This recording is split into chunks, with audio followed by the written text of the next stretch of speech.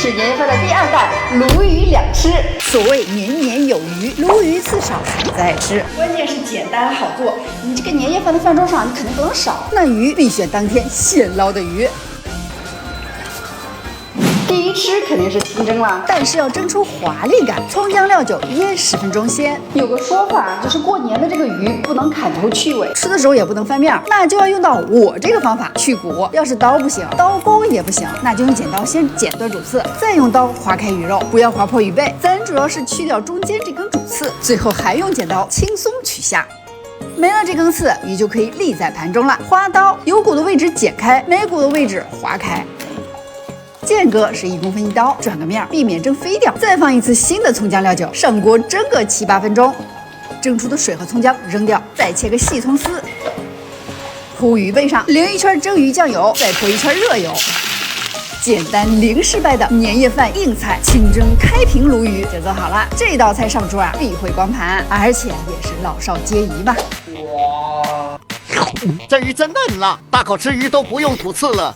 要是吃腻了清蒸，可以试试鲈鱼鲜虾煲，它是从背部切花刀。那厨房小白搞这种滑溜的鱼啊，最怕受伤或者把鱼切断。所以我的方法是，鱼生先划1公分的斜刀，再把脊背的硬骨剪开，安全又完美的花刀就盖好了。还是腌一下，我这个腌料不一样，腌个10来分钟。煲类菜最好是用珐琅锅，加勺猪油或五花肉，再爆香葱姜，转小火铺上菌类豆腐和蛋饺之类，再铺上腌好的鲈鱼和鲜虾。最后再淋上自调的海鲜料汁儿，盖上盖子，焖煮10分钟就好了。鱼虾合璧，好运连连，热气腾腾，鲜掉眉毛的一锅鲜，这是年夜饭全家都会夸的美味了。哇，看这洁白的鱼肉，又滑又嫩，这个煲放啥配菜都好吃，真的香惨了。今天是年夜饭第1弹，整鸡2种吃法。所谓鸡鸭鱼肉，鸡当然排在首位，最应景的必须是脆皮八宝鸡。首先给这只三黄鸡脱个骨，一只成熟的鸡骨架肯定得把它一整个脱下来。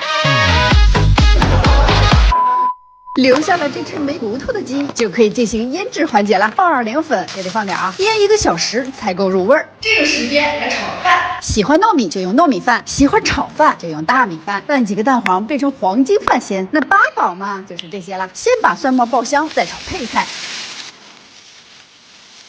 然后黄金饭调味儿，我就只放了鸡汁，哇，金黄金黄的好贵气的饭。然后再把饭塞到鸡肚子里，翅膀、鸡腿、边边角角都要塞到，最后用牙签封口。然后就是个胖子鸡了，全生再刷一层蜂蜜，送入烤箱，185度烤30分钟。那一个胖墩墩的脆皮八宝鸡就可以上桌了，全家肯定想不到，焦黄的脆皮内淌乾坤，每撕开一个部位都是肉包饭。年夜饭来这么一只，是不是太香太馋人了？哇，真香啊！我先替粉丝尝尝，自己不用吐骨头，一口接着一口，太好吃了。第2吃是能爆汁的盐焗鸡，先把这只三黄鸡泡水2小时，吸饱水才是爆汁的关键。腌料就是盐焗鸡粉加花生油，或者用海盐、姜黄粉、盐之类的调味，自己调的味道嘛，不会那么咸。再给鸡做个全身 SPA，再腌1个小时，这个时间还需要炒个盐、1包海盐、一些香料，炒到噼里啪啪的响就可以了。腌好的鸡用锡纸裹起来，放到铁锅或者砂锅里，上下都要盖盐，盖盖子，小火焖40分钟，再关火焖20分钟。香味已经飘出来了啊！哇，一滴水都没放，爆出这么多汁儿，这一拆全是汁水，一拔就直接脱骨了。这个肉真是嫩到不行，你看着汁水，盐焗加鸡肉的嫩香，真的巨好吃。这个鸡真的绝了！别走，还有彩蛋。欢迎来到我的主场。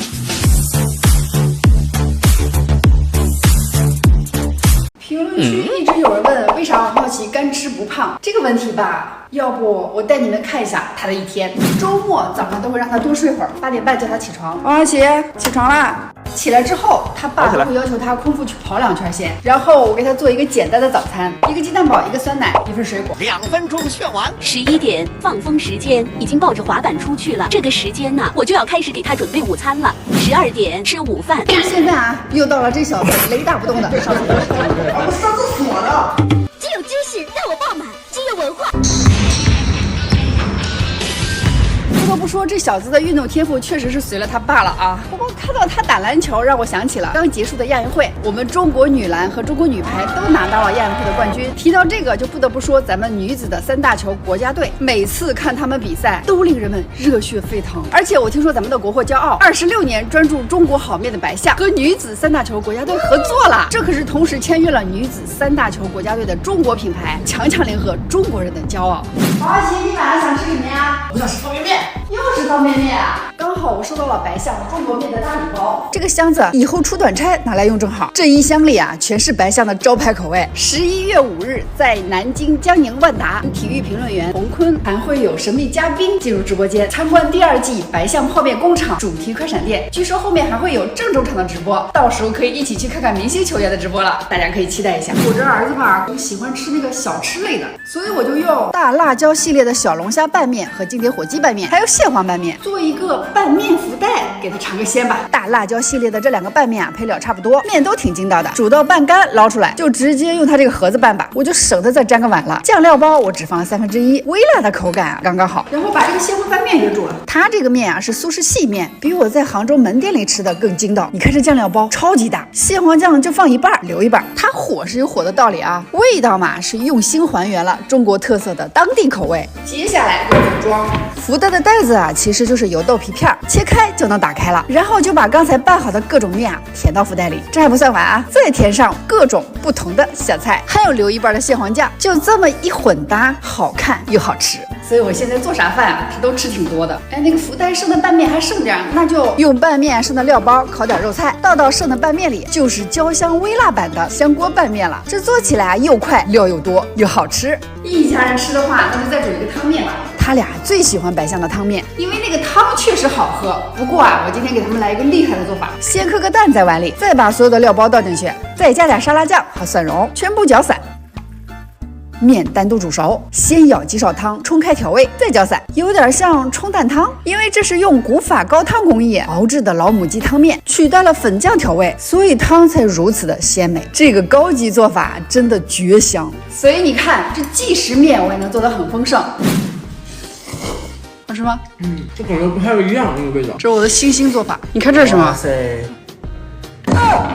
我去，你塞得下吗？你以为这就完了？晚上8点、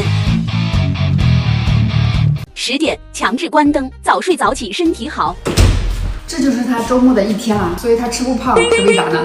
教儿子做饭，第2弹牛肉臊子饭。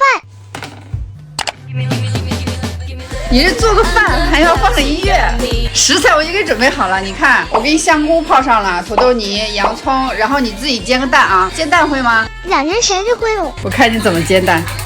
煎蛋有点紧张，我说怎么煎蛋？先让它预热一会儿。